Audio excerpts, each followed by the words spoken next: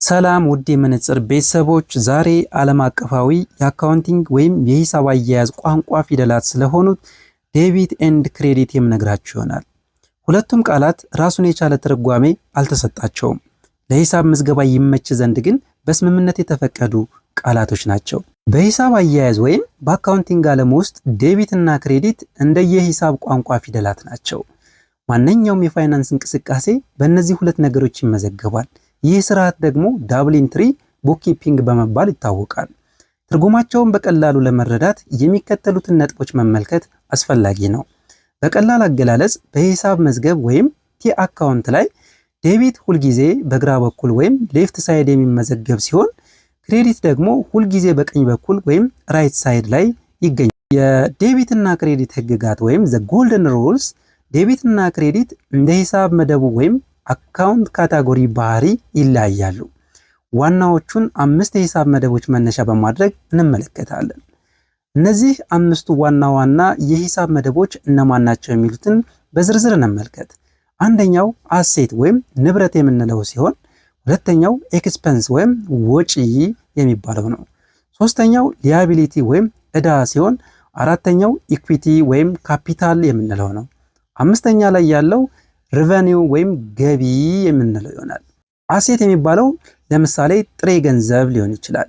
ኤክስፐንስ የምንለው ደግሞ የደሞዝ ወይም የቤት ኪራይ ወጪዎቻችን ናቸው። ሊያቢሊቲ ደግሞ የባንክ ብድር ሊሆን ይችላል ማለት ነው። ኢኩዊቲ ማለት ደግሞ የባለቤቶች መዋጮን ያካትታል።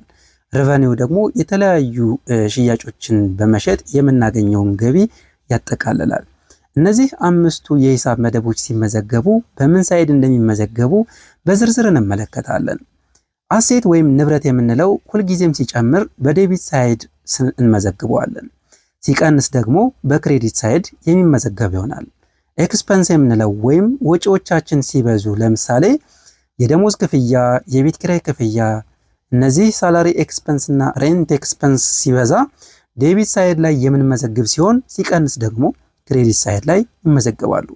ሊያቢሊቲ ወይም ዕዳ የባንክ ብድር ሊሆን ይችላል፣ ሲጨምር በክሬዲት ሳይድ የሚመዘገብ ሲሆን ሲቀንስ ደግሞ በዴቢት ሳይድ እንመዘግባለን።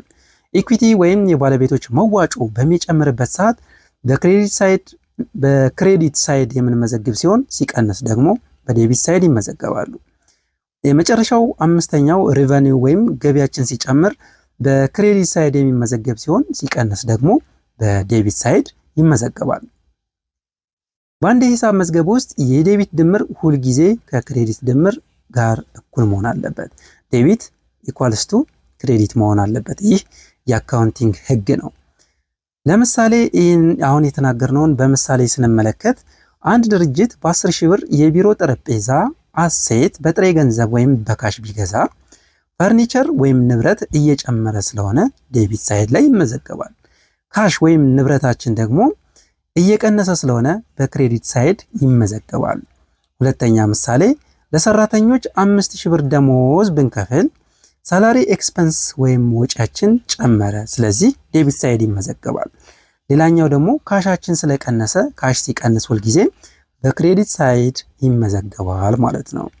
ብዙውን ጊዜ ሰዎች ግራ የሚጋቡት ከባንክ የሚላክላቸው መልእክት ወይም ኤስኤምኤስ ምክንያት ነው። ባንክ ዮር አካውንት ሃዝ ቢን ክሬዲትድ ሲለን ብር ገባ ማለት ነው። ይህ የሆነው ለባንኩ የእርሶ ብር ዕዳ ወይም ሊያቢሊቲ ስለሆነ ነው። እርሶ ብር ባንክ ሲያስገቡ ለባንኩ ዕዳው ይጨምራል። ዕዳ ደግሞ ሲጨምር ሁልጊዜም በክሬዲት ሳይድ ይመዘገባል ማለት ነው። ለእርሶ ግን ያ ንብረት ወይም አሴት ስለሆነ በራስዎ መዝገብ ላይ ዴቢት ብለው ይመዘግቡታል ማለት ነው።